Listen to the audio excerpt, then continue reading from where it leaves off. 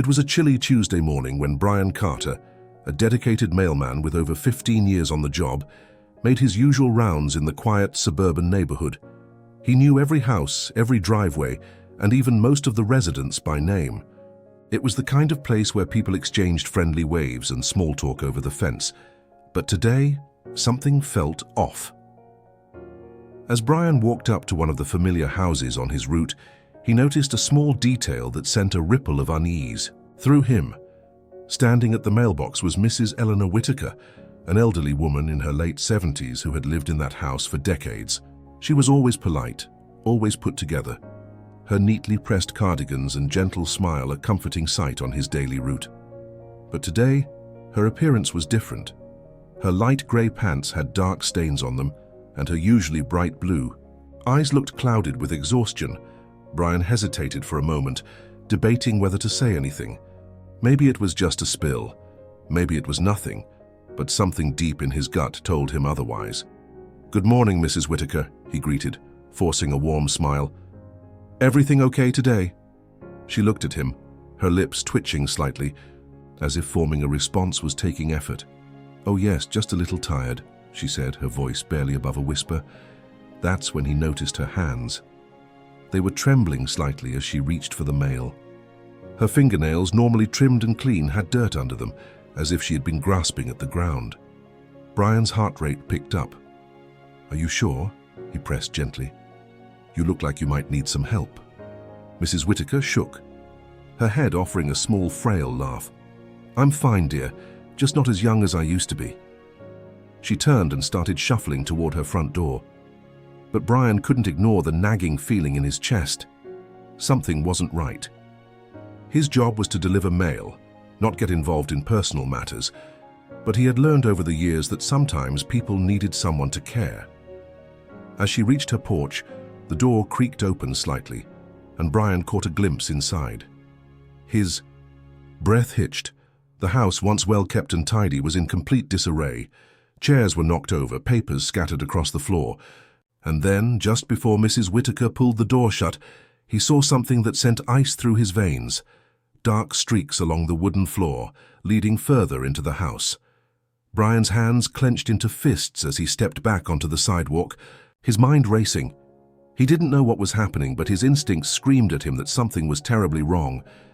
He reached for his phone, and then, without a second thought, he dialed 911.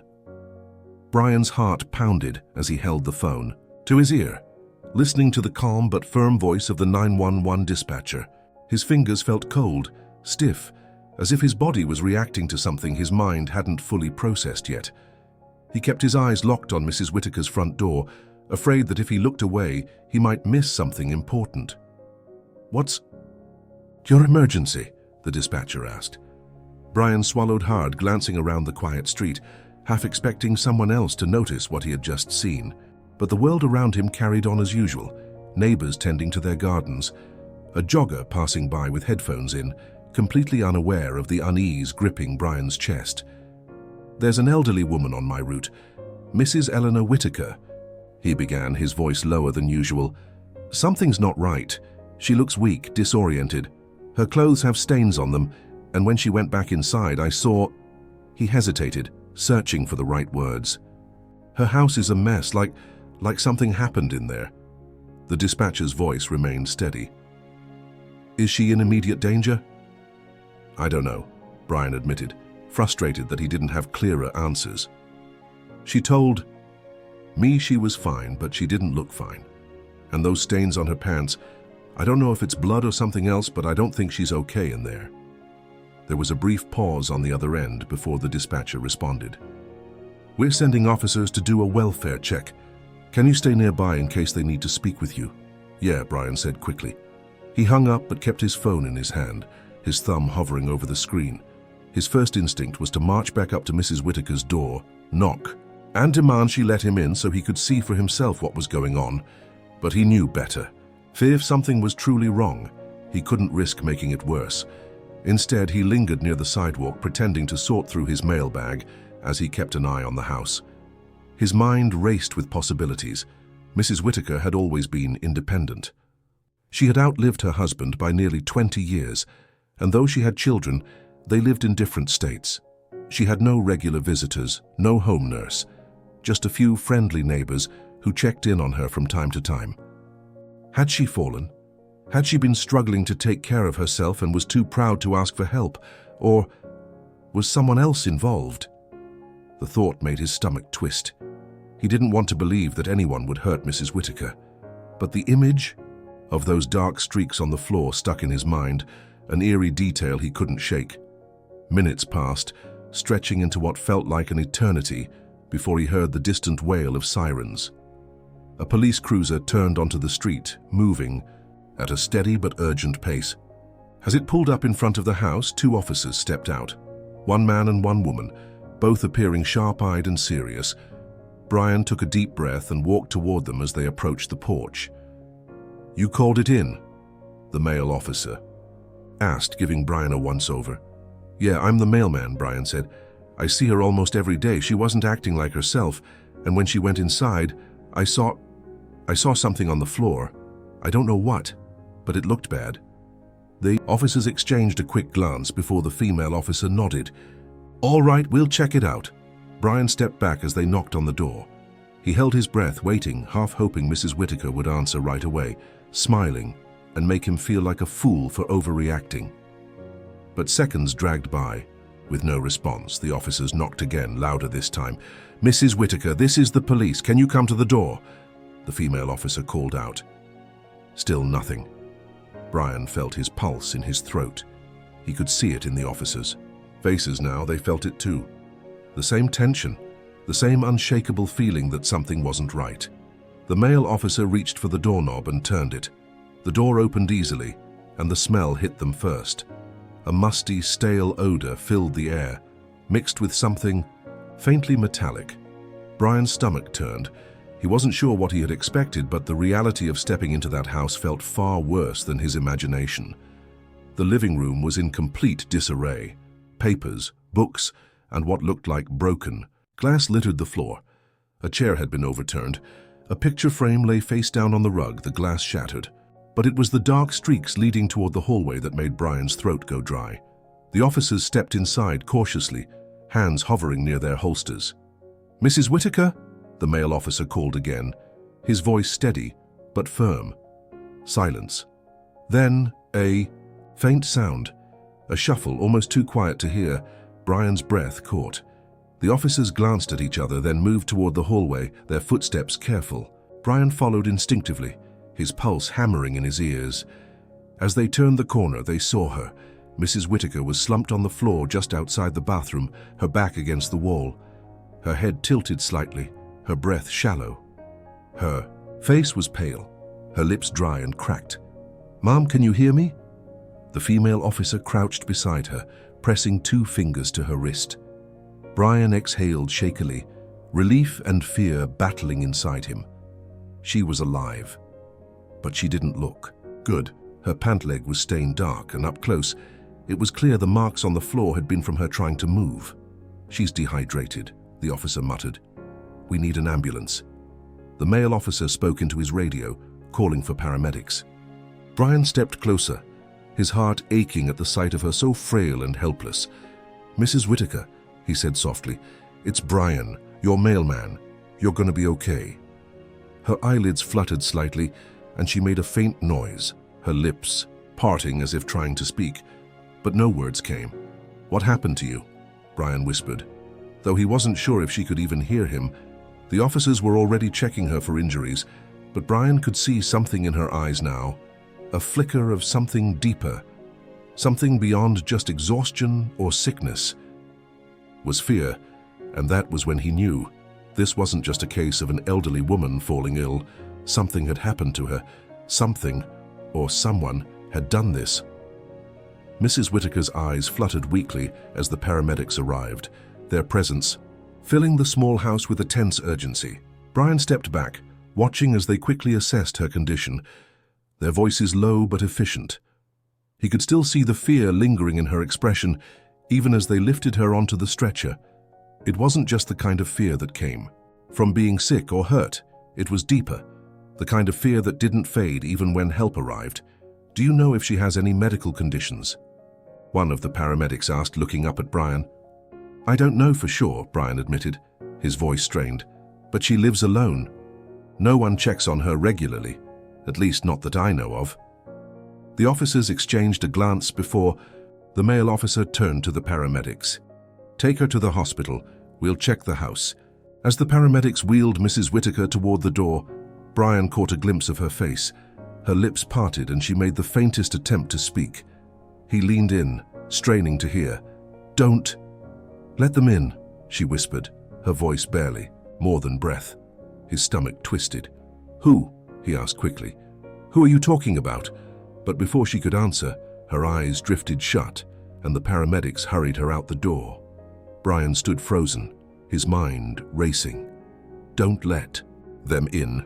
The words replayed over and over, gnawing at his gut. The officers turned back toward the house, their postures shifting from concern to something more alert. They had heard it too. Without saying a word, they exchanged a silent understanding and continued searching the home. Brian swallowed hard and followed cautiously. The house felt heavier now, the silence more oppressive. He looked around, trying to imagine what had happened here before he arrived. The disarray, the strange marks on the floor, Mrs. Whitaker's cryptic warning, it all pointed to something more than an accident. The female officer moved toward the kitchen, carefully opening drawers, checking for anything that might explain the situation.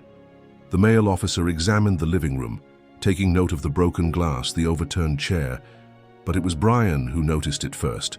The front door was unlocked when they arrived, but the back door, it was slightly ajar. A shiver ran down his spine. "Officer," Brian called out, his voice tense.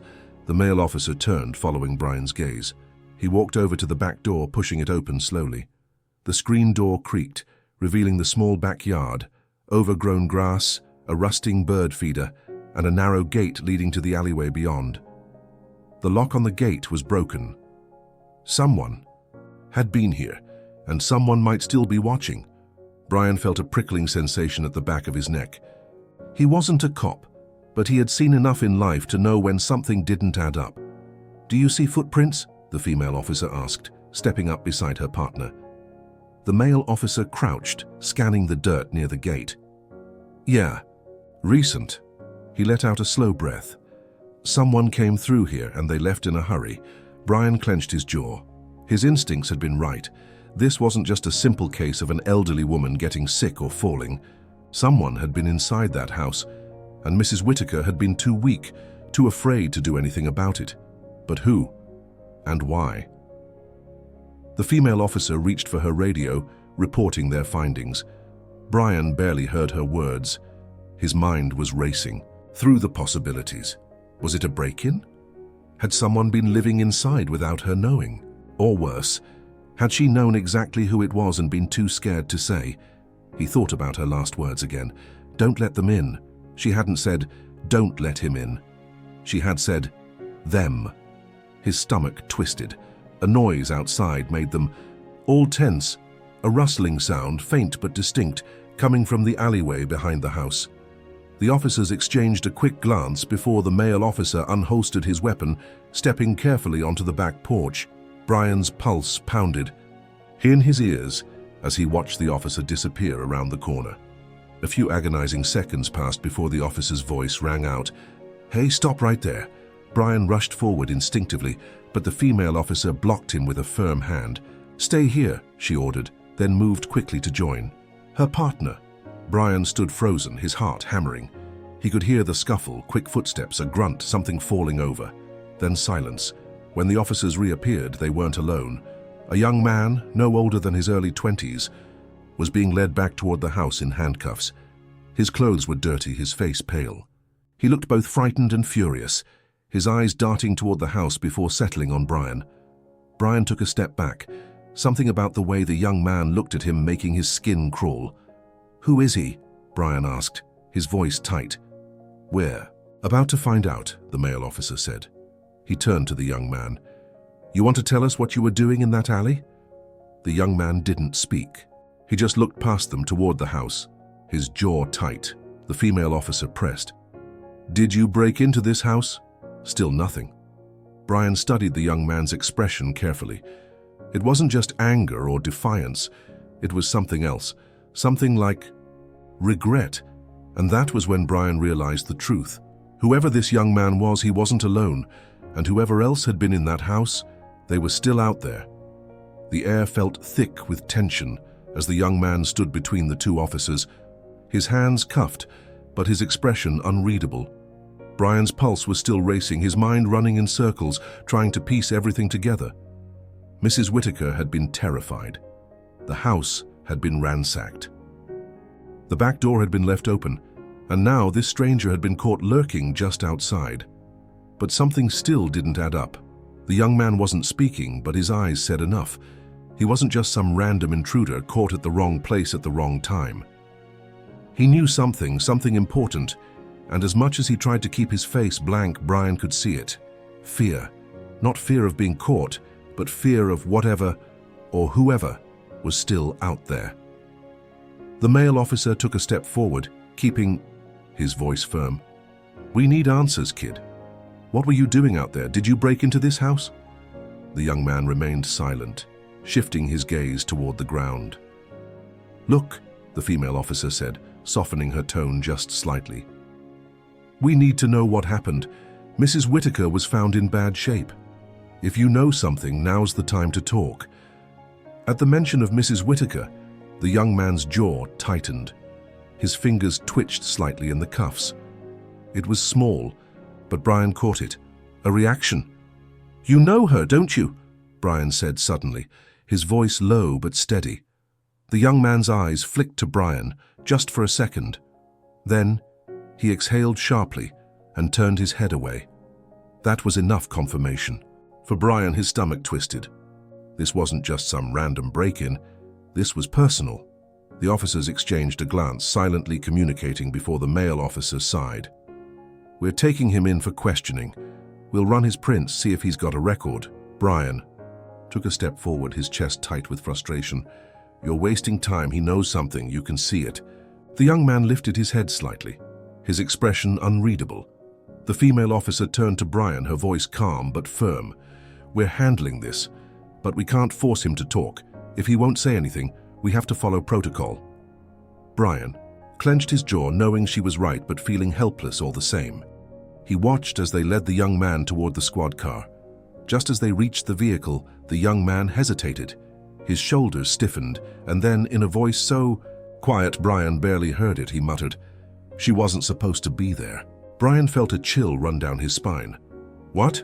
The young man didn't look at him, but his voice came again, barely above a whisper. "She wasn't supposed to be there that night." The male officer frowned.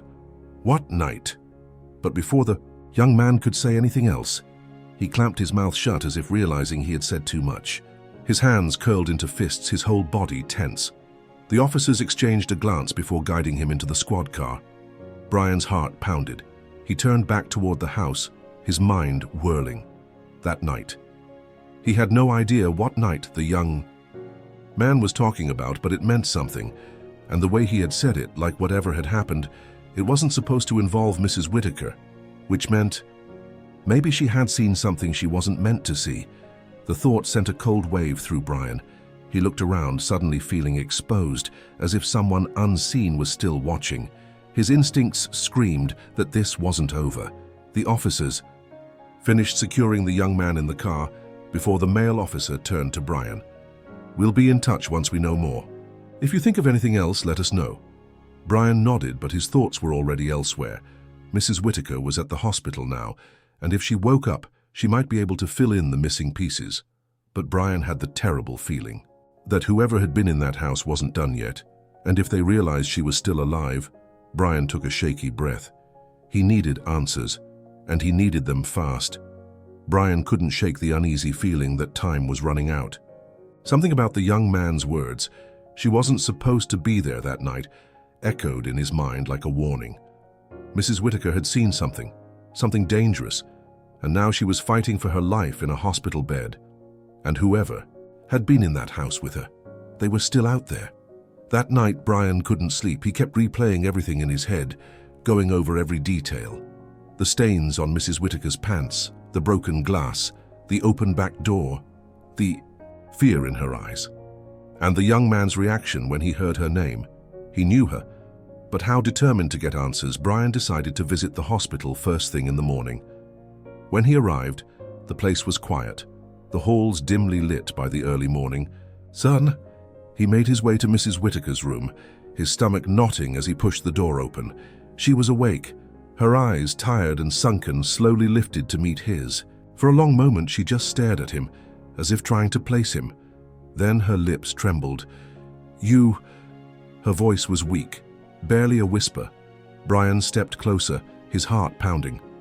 "Mrs. Whitaker, it's me, Brian, your mailman." Recognition flickered in her eyes. A shaky breath escaped her lips. Brian... Relief washed over him, but only for a second. He needed to know the truth. "Mrs. Whitaker, I need to ask you something. What happened that night? Who was in your house?" Her face changed instantly. Fear crept back into her features, her fingers gripping the thin blanket covering her. "They were looking for something," she murmured. "I told them I didn't have it. I told them over and over." Brian's breath caught. "Who? Who was looking for something?" Her eyes darted to the door, as if afraid someone might be listening. Her voice dropped to a whisper. "It was him. And the others." Brian frowned. "Who?" Her lips trembled, her hands shaking. Then she exhaled shakily. "My grandson." Brian's stomach dropped. The young man, the one caught in the alley, everything clicked into place. That's why he knew her. That's why he reacted when he heard her name. And that's why he looked so afraid. Brian swallowed hard. "Mrs. Whitaker, what were they looking for?" She hesitated, her frail fingers tightening around the blanket. Then she slowly turned her head, staring at the small bedside drawer. "My husband's safe deposit box key," she whispered. "He left something behind before he passed. Something they think is worth money." Brian's mind raced. The house had been torn apart, drawers pulled out, furniture overturned. They had been desperate to find that key, but Mrs. Whitaker had never given it to them. "Do you still have it?" Brian asked carefully. Her tired eyes flickered. Then with a shaky hand she reached beneath her pillow. Brian held his breath as she pulled out a small aged key, her fingers curling around it like a lifeline. His pulse pounded. The key. The very thing they had been searching for. Before he could speak, a noise outside the hospital room made them both freeze. Footsteps, slow, deliberate. Brian turned toward the door, every instinct screaming at him. Someone was coming. Mrs. Whitaker's breath hitched. "Brian," she whispered urgently, her fingers pushing the key into his hand. "Take it. Hide it." His heart hammered as he curled his fingers around the key. The door handle turned. Brian had only seconds to act. Without thinking, he slipped the key into his pocket and stepped closer to the bed, positioning himself between Mrs. Whitaker and the door. The door creaked open, and there, standing in the doorway, was the young man. His eyes locked onto Mrs. Whitaker first, then flicked to Brian. He was alone, no officers, no cuffs. His hands were free. Brian's muscles tensed. "How did you get out?" The young man's lips pressed into a thin line. "Didn't have enough to hold me," he muttered. Then his eyes dropped to Mrs. Whitaker, his expression darkening. "Where is it?" Brian felt his hand tighten around the key in his pocket. Mrs. Whitaker's breath was shaky, but she held her ground. "I told you," she whispered. "I don't have it." The young man's jaw clenched. "Grandma, please. You don't understand." "I understand just fine," she cut in, her voice surprisingly strong. "You and your friends came into my home. You hurt me. You left me on the floor to die." Brian saw the guilt flash across the young man's face, but there was something else in his eyes, something that didn't quite match the anger. Desperation. "This isn't about money, is it?" Brian asked quietly. The young man hesitated. Then, with a heavy breath, he shook his head. "No." Brian's stomach twisted. "Then what is it?" The young man glanced at the hallway as if making sure no one else was listening. Then he stepped forward, lowering his voice. "My dad," he muttered. "He owed some bad people a lot of money. They think the safe deposit box has something valuable in it, something that can pay off the debt." Brian's pulse pounded. Threatened you, didn't they? Brian asked. The young man's jaw tightened. Not just me, my mum, my little sister. His eyes were pleading now, desperate for them to understand. I had no choice. Mrs. Whitaker's face softened, her anger flickering into something else. Pain. Brian let out a slow breath. The young man wasn't lying. He wasn't some heartless criminal. He was scared, but that didn't change the danger.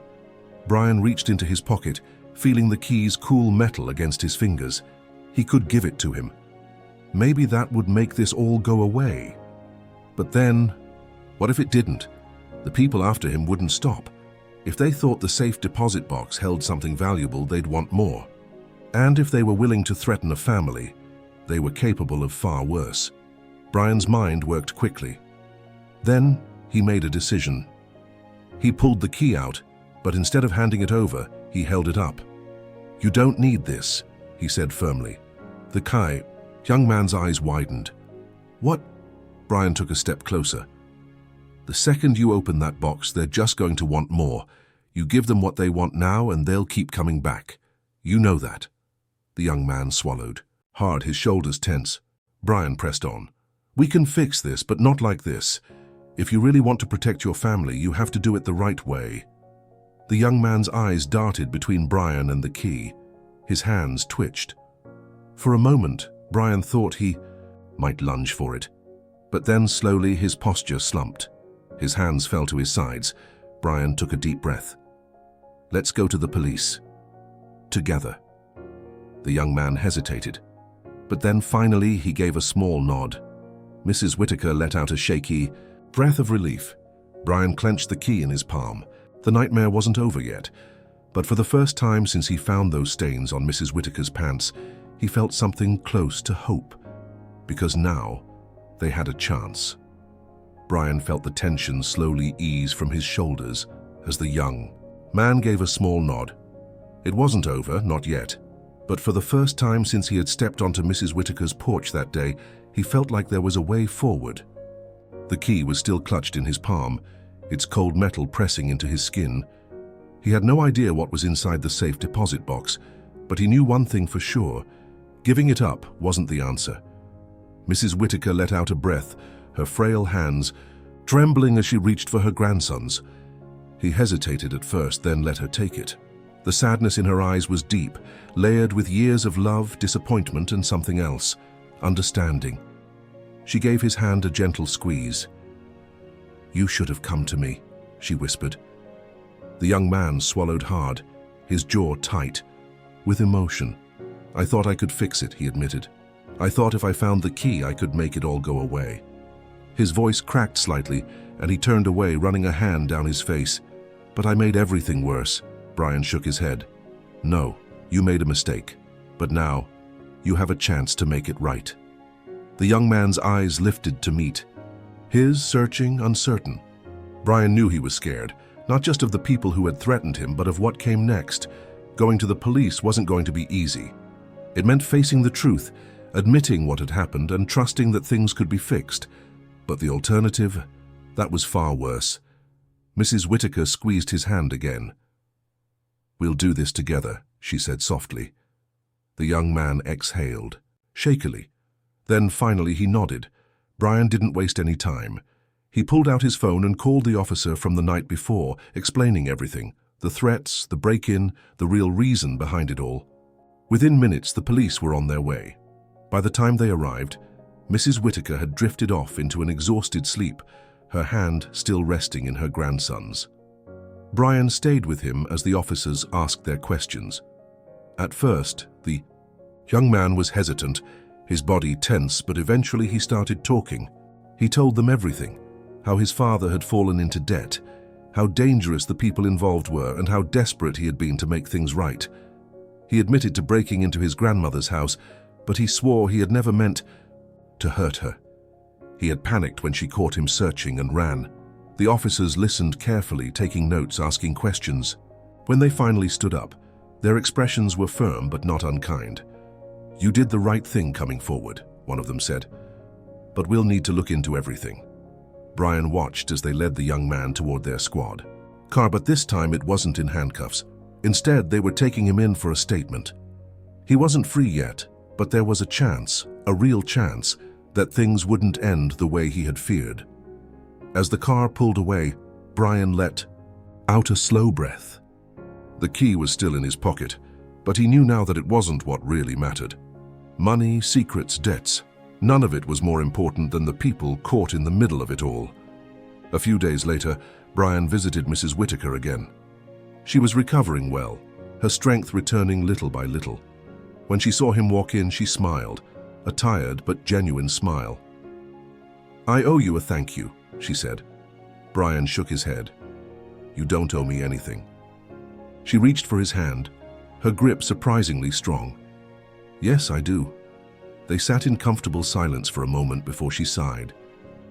"My grandson. Will he be okay?" Brian hesitated, but only for a second. "I think so," he said honestly. "He's got a long road ahead, but he's got you, and that counts for a lot." Her eyes filled with tears, but this time they weren't just from sadness. There was hope in them too. As Brian left the hospital that day, he felt lighter. The past week had been one of the most intense of his life, but through it all he had learned something important. Sometimes people make mistakes, big ones, but that doesn't mean they're beyond saving. As he walked down the quiet street, the sun warm on his face, he glanced back once more at the hospital. Mrs. Whitaker had a second chance, so did her grandson, and maybe, just maybe, so did the future they would build together. Brian smiled to himself and kept walking, ready to deliver the next letter, knowing that sometimes the smallest actions, like noticing a simple stain on a pair of pants, could change a life forever.